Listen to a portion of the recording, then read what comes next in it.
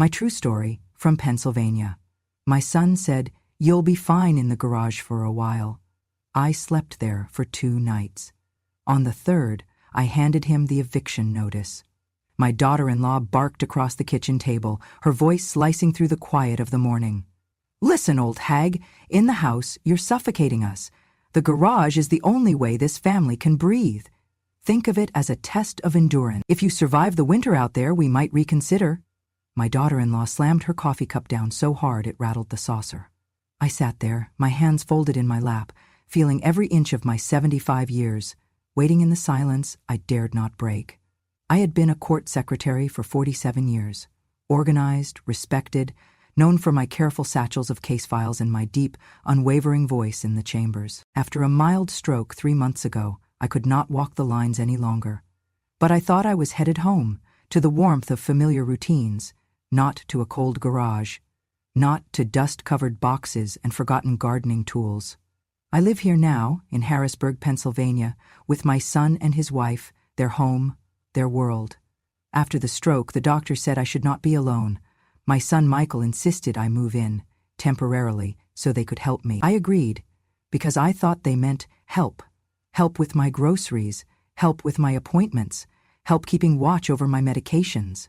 I did not imagine I would soon become a burden to sweep out of sight. The morning after my first night in the garage, I woke to a floor covered in sawdust. My bed, a simple folding cot with a threadbare blanket. There was no heat running, no window letting in light. A single flashlight hung from the wall. I lay staring at the ceiling beams, counting their cracks and the way the paint bubbled. I found myself missing courtrooms. I missed the echoplex of voices and the steady tap of typing. I missed the crisp smell of paperwork. Later that morning, my son poked his head out. "You okay, Mom?" he asked, half concerned, half unwilling. He wore sweats rumpled, just like his wife. I nodded. My voice felt like ash in my throat. He sighed. "We'll get you a space heater soon. Just need to check the breaker, okay?" "Okay," I managed. When he shut the door, I heard his wife's whisper, "If she freezes to death, we don't have to deal with power of attorney or property transfers." And then her voice rose, "It is better than dealing with this every single day." I stayed still, pretending to sleep. My hands felt weak, but my mind was as sharp as ever. I remembered filing warrants, turning pages of testimonies, managing courtroom schedules for 80-year-old judges with tremors. I had never felt so useless. I got up and found my robe hung over the garage door. I wrapped it around myself and sat on the cot, hands in my lap, breathing in the smell of cardboard boxes and rusty tools. I wondered what they used me for before. Had I become a reminder of aging and dependence? The second night was colder. I pulled the thin blanket over me and prayed I would not wake shivering into the middle of the night. I thought of my husband, of his laugh, the way he held me when I cried about the stroke. I thought of our small apartment, now sold, of the courtroom corridors I would never walk again, of every dusty document I signed in steadier days. Morning came again with a low, chirping sound that startled me awake. My phone. I had hidden it in the glove compartment of their car before moving in. I answered. It was my niece, calling from Baltimore. "Aunt Eleanor, how are you feeling?" she asked, kindness on the line. "I'm managing," I said softly. Her voice quivered. "You sound cold. Physically cold. Are you safe?" I swallowed. "I'm safe," she said. "Mom told me you were staying in the den." I paused. I sleep in the garage." There was a long silence. Then, "Mom, that is illegal. You should not." She hung up. I closed my eyes. Legal. I had been so concerned with being polite, with not making trouble, with showing gratitude, but gratitude sits in a comfortable chair by a warm fire. This was gratitude in shivers. That afternoon I kept busy. I found the small toy trunk we had brought with my granddaughter's childhood blankets. I lined my cot with one of them. I folded the blanket neatly and placed it next to me. I turned the flashlight so it faced the cot rather than the shelves, giving a small sense of sanctuary. But the truth was, I was not welcome, not safe, not at home. That evening, I heard them through the wall vent. Michael's cringe of frustration burned through me. "I can't believe she's still alive," he said. "Are you hearing that?" his wife replied, softly but audibly. Better alive than with power of attorney to sign, taxes to file, emotional breakdowns of our own? You aren't ready, he said. We have to wait till the lawyer says she's incompetent. I pressed my ear to the vent. Competent. That word, they were preparing paperwork while I lay freezing because they had the money and they wanted control. I curled onto my side, eyes closed, tears pooling in the shadows. This wasn't grace. It was judgment. This wasn't family. It was a cold calculation. I prayed that night to not freeze. I prayed my mind would remain intact. I prayed that somewhere someone would see what was happening. I remembered my days at the courthouse, the clack of gavel, the rustle of legal briefs, the authority in my hands. I still had words. I still had clarity. I still had enough to act. Those 2 nights in the garage were a trial of endurance. They wanted silence. They thought I would disappear behind dust and shadows. But I learned something vital. Survival doesn't mean you have to stay silent, and endurance doesn't have to be compliance.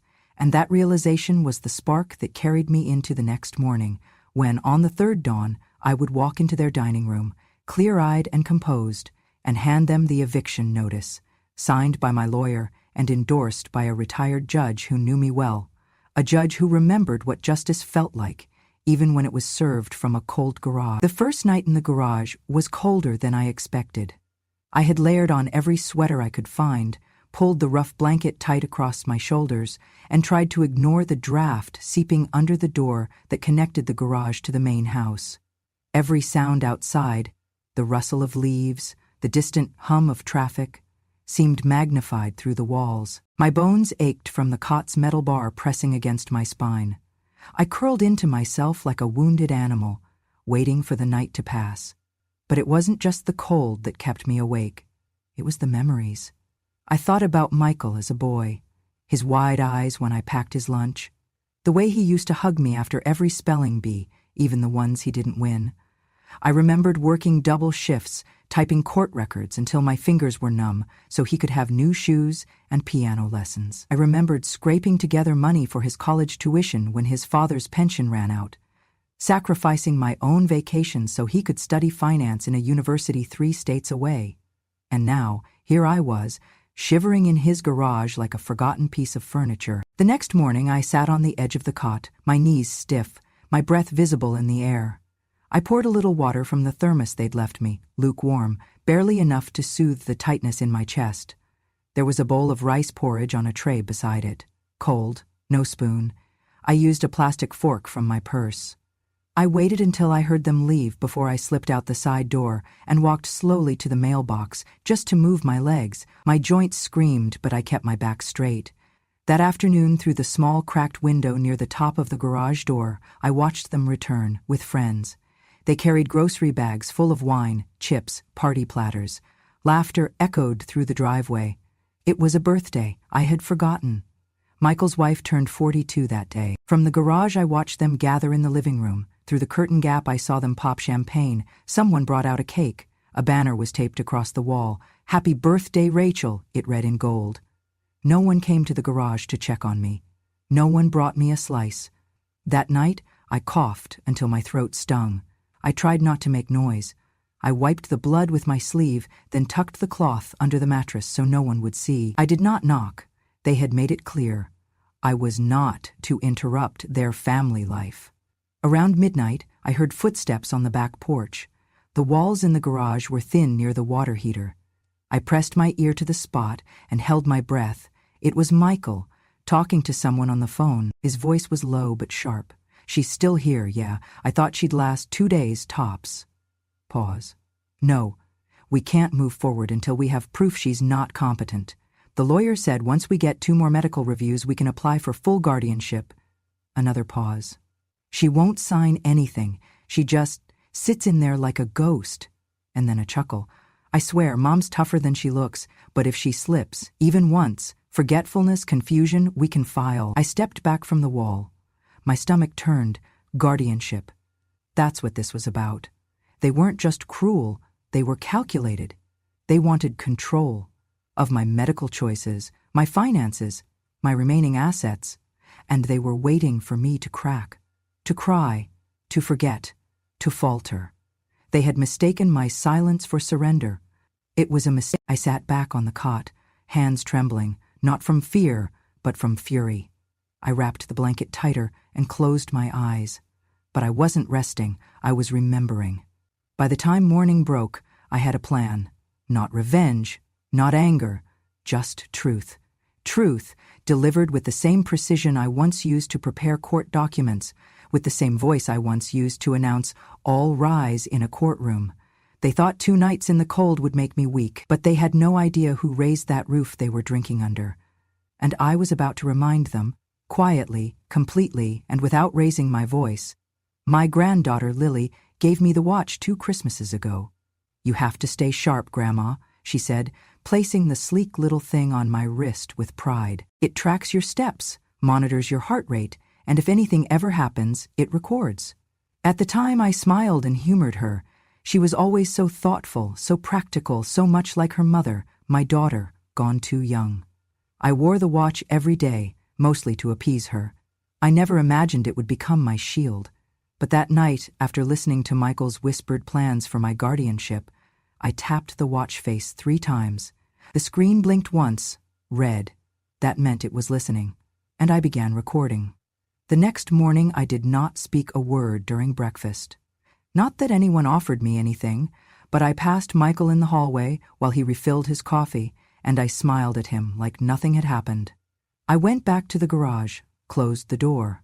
Later, that afternoon, they had guests again. This time, Michael's college friend Sam was visiting, a loud, boisterous man with opinions as big as his belt buckle. I heard their conversation from the kitchen, just a few feet beyond the garage wall. "She still out there?" Sam asked, laughing. Michael's voice was low. "Yeah, in the garage." "No way, that's cold-blooded, man." "She'll be fine," Michael said, then added with a chuckle. "That house has been ours since we got married. Just missing the paperwork." Rachel chimed in. "Garage is the only place she can die and not inconvenience anyone." They all laughed. I pressed the watch again. Another blink. Another file saved. I recorded it all, their laughter, their words, the sheer cruelty disguised as casual conversation. That night, I reviewed the files. The audio was clean, crisp, every word pronounced. The kind of evidence I used to help file formal reports, the kind of testimony judges leaned forward to hear. I opened the garage's hidden Wi-Fi network. Michael thought he'd shut down access, but he didn't know the second line I had installed during the renovation I paid for 5 years ago.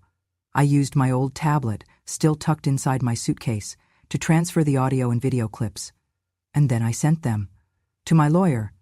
To someone I had not spoken to in nearly a decade. Her name was Frances. We had worked side by side for over 20 years. She was once the lead clerk in the family court division, known for her encyclopedic memory and zero tolerance for abuse. When I retired, she brought me a yellow rose and said, "If you ever need me, truly need me, you call." That night, I called. Frances answered on the first ring. "I was wondering when you'd finally stop being polite," she said. "I have something," I replied. "I figured you would." I emailed her the files. 5 minutes later, she texted, "Got them, you're not alone. Sit tight, this is going to move fast." And just like that, the temperature in the garage felt a little less bitter, because justice had heard me, and it was getting dressed. I waited until the house was asleep. It was past midnight when I slipped my coat over my shoulders and sat near the garage's side door, the one that gave me just enough signal to make a call. I held the phone close to my chest as it rang. My hands trembled, not from fear, but from the weight of what I was about to do. When he answered, his voice was exactly as I remembered it, measured, steady, low. "Eleanor?" he said. "Yes, Judge Benton," I replied. "I hope I didn't wake you." "I've been waiting for this call for years." He meant it. I could hear it in the sigh that followed. "Tell me what happened." I told him everything. Quietly, slowly, without dramatics. Just the facts, like I had done 1,000 times in his courtroom. The garage, the freezing nights, the conversations I had recorded, the plan for guardianship, their voices calling me a burden, their laughter over my death. "I have the files," I said. "Audio, video, dates, faces, you will hear everything." There was a pause, then he said, "I told you once, if you were ever betrayed, you call me first." "I remember," I whispered. And I told you why, he continued, because no one remembers the sharpest woman in the room until it's her word against theirs, and when it is, they lose. My throat tightened. Can you help me? I'm a retired judge, he said, but I still have friends. Good ones, and I know which doors to knock on. That night we built a plan, layer by layer, like the legal strategies we use to prepare for cases with no mercy and high stakes. He connected me with a clerk who worked for the Court of Common Pleas. By 3:00 IE, I had submitted the petition through a secure channel. Francis, my lawyer, had already drafted it. We filed for a temporary restraining order against Michael and Rachel, citing elder abuse, financial coercion, and unlawful living conditions. We included a motion for asset freeze, citing the danger of immediate misappropriation. I didn't sleep that night. I didn't lie down. I sat on the edge of my cot, my robe pulled tight, my eyes fixed on the shadows dancing across the garage wall. At 7:13 a.m., my phone buzzed. Order granted. Emergency injunction approved. Enforcement within 12 hours. 12 hours. That was all I needed. By 9:00 a.m., Francis had already contacted a court-appointed officer and local law enforcement. My name was cleared from dependent status in any medical evaluation Michael had submitted. A forensic auditor was assigned to review the financial activity on my accounts. At noon, while Rachel scrolled on her phone and Michael brewed coffee, I walked out of the garage and into the kitchen, holding a sealed envelope. Michael turned. "Mom, you okay?" I set the envelope on the table, slid it across the surface with 2 fingers, and said, "Effective immediately, you are both prohibited from contacting, communicating with, or financially managing any aspect of my estate." He laughed, thinking it was a joke. Then Francis walked in behind me, followed by an officer with a clipboard and a badge. "Michael Harper," the officer said, "you've been served." Rachel dropped her mug. It shattered. "What is this?" she cried. "Restraining order," Francis answered, "and notice of financial investigation." Michael paled. "You can't be serious." I met his eyes. "You put me in a garage to die. You laughed about it. You planned to take everything while pretending it was care." He started to speak, but the officer raised a hand. "You are advised not to speak further. This is now a legal matter." And just like that, the house I helped pay for was no longer theirs to manipulate. The woman they tried to bury had returned, carrying proof, protected by the very system I once served. And this time, the gavel was in my hand. On the morning of the 3rd day, I did not shake. I had not slept much the night before, not from fear, but from a readiness so sharp it kept me alert, like I was back at the court steps at 6:45 a.m., reviewing case files in the biting winter wind with a black coffee in hand. The kind of readiness that comes not from rage, but from clarity. Cold, legal, procedural clarity. I put on my best coat, dark navy, wool-lined, the one Charles had given me the Christmas before he passed. I brushed my hair, pinched some color into my cheeks, and tucked the thick yellow envelope under my arm like it was a loaf of bread. I did not knock when I entered the kitchen. Michael was at the counter, swirling milk into his cereal, shirtless, humming like nothing in the world had ever gone wrong. Rachel stood near the sink in her robe, scrolling on her phone with a smirk on her lips. I walked to the center of the room and placed the envelope on the table. Deliberate. Quiet. I took a step back and folded my hands. Michael turned, annoyed. "What's that?" he asked. I didn't speak. He rolled his eyes and grabbed it, tore it open with one hand like it was junk mail. Then he froze. His eyes scanned the header, the court stamp, the black type, notice of legal complaint filed, elder abuse, financial coercion and neglect. Plaintiff, Eleanor May Harper, defendant. Michael Stephen Harper. Rachel looked up, her fingers paused mid-screen. "What is this?" she asked sharply. Michael gave a bitter laugh. "You filed a lawsuit? Against your own son?" "I filed a truth," I said calmly. "You made the garage my home. You made your ambition more important than my well-being, and now I've made the law my witness." He slammed the paper down. "You can't be serious." "I am," I said, "and so is the judge who signed the order."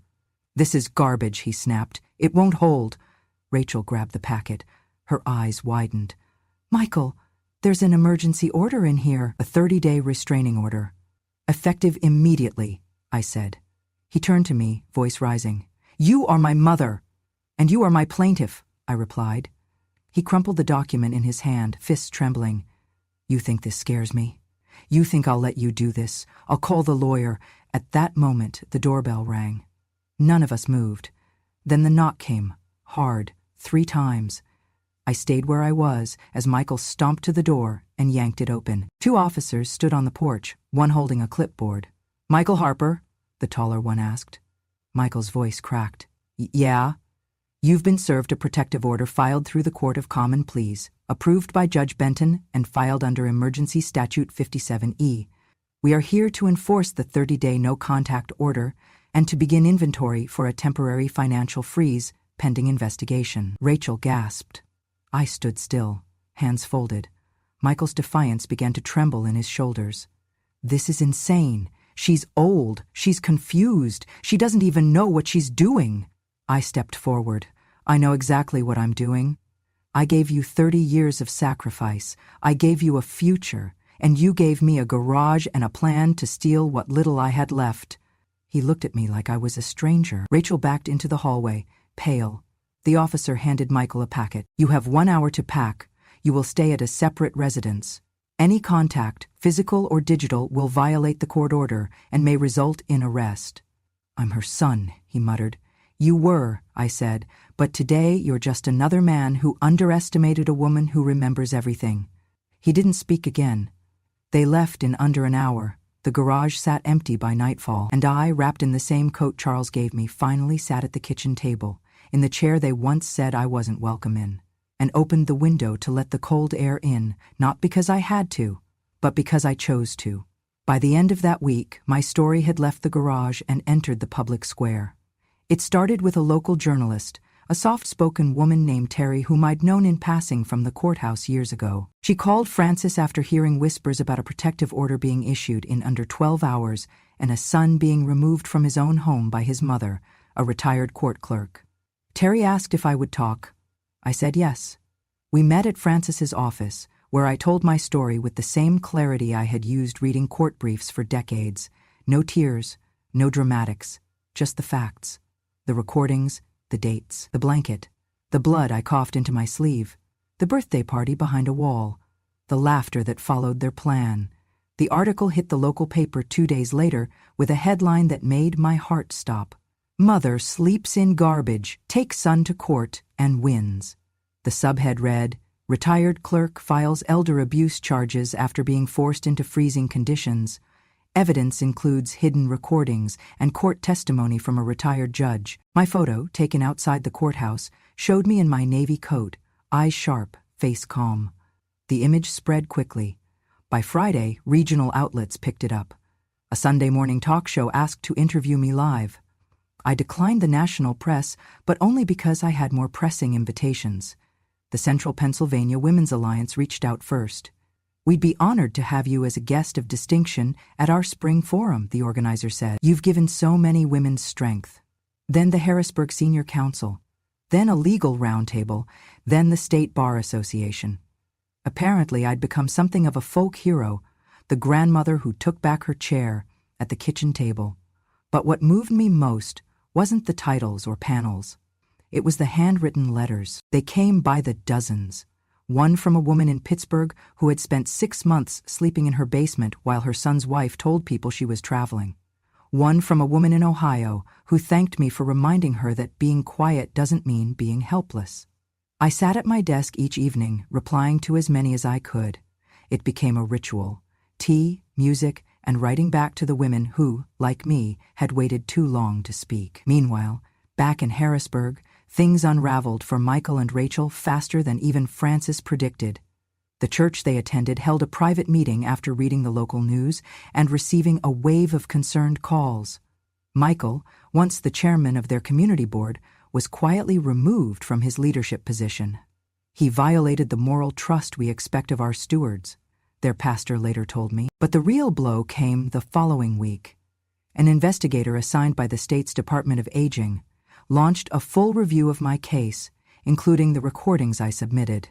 As part of the inquiry, Rachel's parental capacity was evaluated, especially after the quote she gave during that recorded conversation, The garage is the only place she can die and not inconvenience anyone. That line appeared in nearly every news story. She argued it was taken out of context, but context didn't save her. The court issued a temporary suspension of her custodial rights to her daughter, my granddaughter.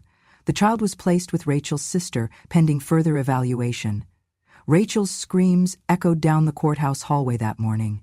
I didn't go to watch. I didn't need to. Frances called me after and simply said, "It's done. She's out." There was no satisfaction in seeing a mother lose her child, but there was justice in seeing a woman held accountable for thinking another woman's life was disposable. Later that month, I was asked to speak at a seminar titled Power in Quiet Resistance. I stood at the podium facing an audience of women, some young, some gray-haired, all leaning forward like every word mattered. I began, "I am not loud. I was never the loud one. I took notes. I scheduled hearings. I organized the truth into neat folders and handed it to men who got the credit. But I never forgot how to speak. I just waited for when it mattered. They put me in a garage and called it generosity, but I recorded their cruelty and I gave it to justice. Not for revenge, but because someday another woman might be in a garage with no coat, and I want her to know she is not alone." The crowd rose to their feet. I did not smile wide. I just bowed my head, grateful, grounded, and when I returned home that night, to the little apartment Angela helped me rent, I looked around at the simple walls, the working heater, the soft chair near the window. No velvet, no granite counters, no glitter. Just peace. And power. The kind that does not scream, the kind that never forgets. I now live in a second-floor apartment in a quiet neighborhood on the edge of Mechanicsburg, just 20 minutes from the courthouse I once served, and a world away from the garage I was left to freeze in. It is not grand, just 2 rooms, a small kitchen, a cozy chair by the window, but it is mine, and I did not find it alone. Angela, my granddaughter's daughter, my sharpest thread to hope, found this place for me. She was the one who drove me here the day after the protective order was in force. She brought my suitcase, unpacked my clothes, arranged my few keepsakes on the bookshelf. She brewed my tea before I asked. She was the one who called me Grandma again, without hesitation, as if my title had never been tarnished. "You're safe now," she told me, and for the first time in months, I believed her. Angela comes by 3 nights a week after her nursing shifts. We make soup, we play dominoes, and sometimes we sit in silence. I love that silence. It does not bruise, it heals. After the media storm quieted, I was asked to speak again, this time not at a women's forum or a legal roundtable, but on national television. A Sunday morning news segment called Voices of the Forgotten wanted to feature my case as part of a series on elder abuse and family betrayal. At first I said no. I had said enough. I had won. What more was there to prove? But then Angela looked at me and said, "Grandma, someone out there is still sleeping in a garage, someone who doesn't have a lawyer, or a judge, or a recording. But maybe they'll hear you." So I said yes. The set was sterile and bright, the lights hot. The anchor, polished and charming, held my hand during the sound check. I wore my best navy blue blouse, my hair pinned back. The microphone clipped to my collar felt like a weight, but I sat tall. When they rolled cameras, I began like this. "I am not here to cry. I already did that. I am here to remember, because memory, when protected, becomes evidence." I told them the whole story, the stroke, the garage, the whisper behind the wall. I spoke slowly, not because I was old, but because I wanted every word to land like a footstep across ice. Then I paused, and I said, "I do not hate my son. I mourn him. I mourn who he used to be, but I do not want him punished. I want people like him prevented." The segment aired 2 days later. The station received over 4,000 emails. Some offered support. Some offered donations to elder abuse shelters. Some simply said, "I believe you, and now I believe myself." After that, I began volunteering with the Pennsylvania Elder Support Network, consulting on cases where others, mostly women, were unsure if what they were experiencing was enough to speak up about. And I told them this: if you have to ask whether something is abuse, it probably is. I do not consider myself a warrior. I do not like war. But I do believe in defense, in holding a line, in saying, "Not this time." because sometimes the strongest thing a woman can do is not scream, but endure. Remember. And finally, tell. The house is still there, sitting quiet on a tree-lined street in Harrisburg, the one with the blue shutters and the lopsided mailbox I always meant to fix. But now it is no longer their fortress, no longer the backdrop of my humiliation. It is mine again. After the investigation concluded and the courts ruled in my favor, I regained full legal ownership of the property. Michael and Rachel contested, briefly, but the judge reviewed the original transfer documents, the ones they had tried to manipulate, and ruled them null due to coercion and fraud. My name was reinstated, their names erased. I did not move back in. Instead, I put the house up for rent, not to strangers, but to a young couple with a disabled parent of their own. I met them personally. I saw the way they pushed their mother's wheelchair up the ramp. I heard how gently they spoke to her, how they asked about her comfort before their own. I knew they were the right tenants. Every dollar of rent goes into a fund I created, Justice in Silence. It is not a large organization, yet, but its mission is simple: to provide emergency legal and emotional support for elderly individuals experiencing quiet abuse from their own families. Not the kind that leaves bruises, the kind that leaves someone sleeping in a garage with no one to notice. I work with lawyers, social workers, and volunteers. We take calls, we offer consultations.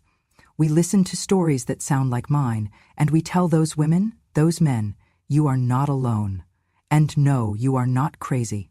To launch the foundation, we recorded a short video. They brought a camera crew to my apartment, set up a single light, a microphone, and asked me to speak freely. I looked straight into the lens and said, they thought I was just a little old woman who didn't understand what was happening. But I do. I understand contracts, I understand silence, I understand the law, because I wrote it, filed it, enforced it for 47 years. They thought they could leave me in a garage, but I turned that cold into evidence. I used to be a mother who cooked dinner and folded laundry. Now I am a woman who issues consequences. Justice doesn't always roar. Sometimes it whispers. Sometimes it watches. And when the time is right, it stands up. The video now plays on our foundation's homepage. It has been viewed over 500,000 times. I still live simply. My days are quiet.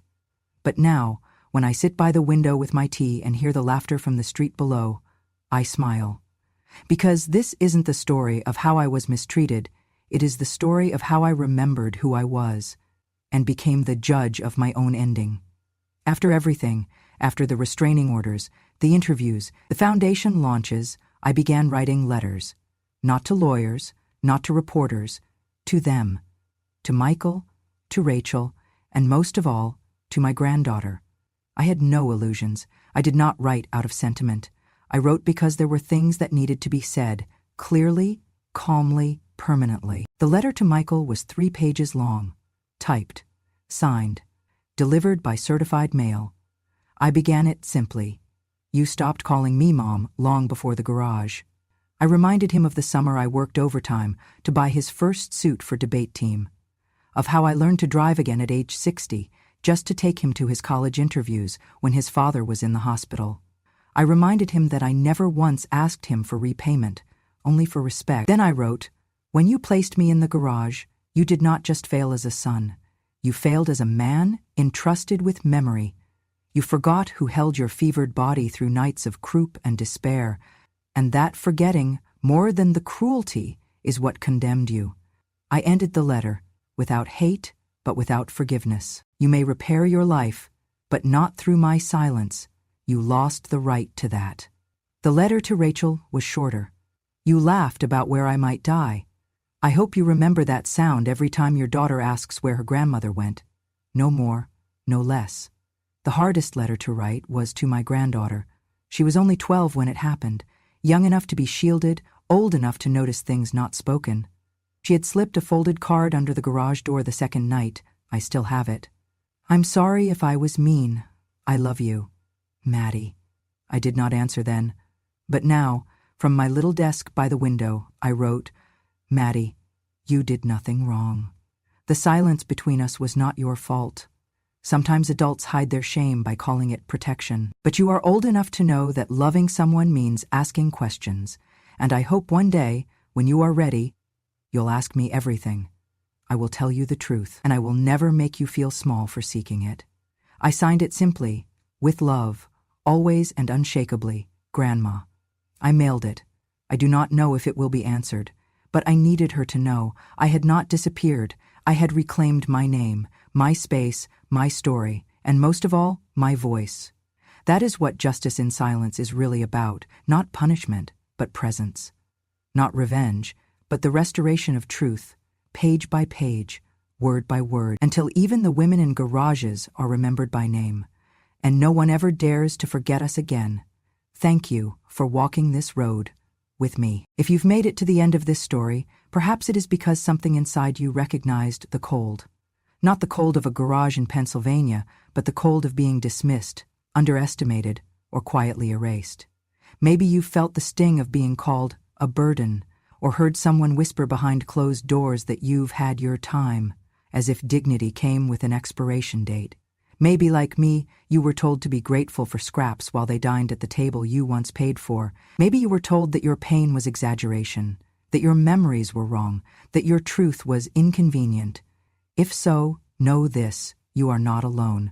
Here at Grandma True Stories, we hold space for women who endured, who kept the receipts while everyone else forgot the debt. We speak for the mothers, the grandmothers, the widows and workers who gave everything and asked for almost nothing, only to be told one day that they were in the way. But we don't stay silent anymore. We don't scream to be heard.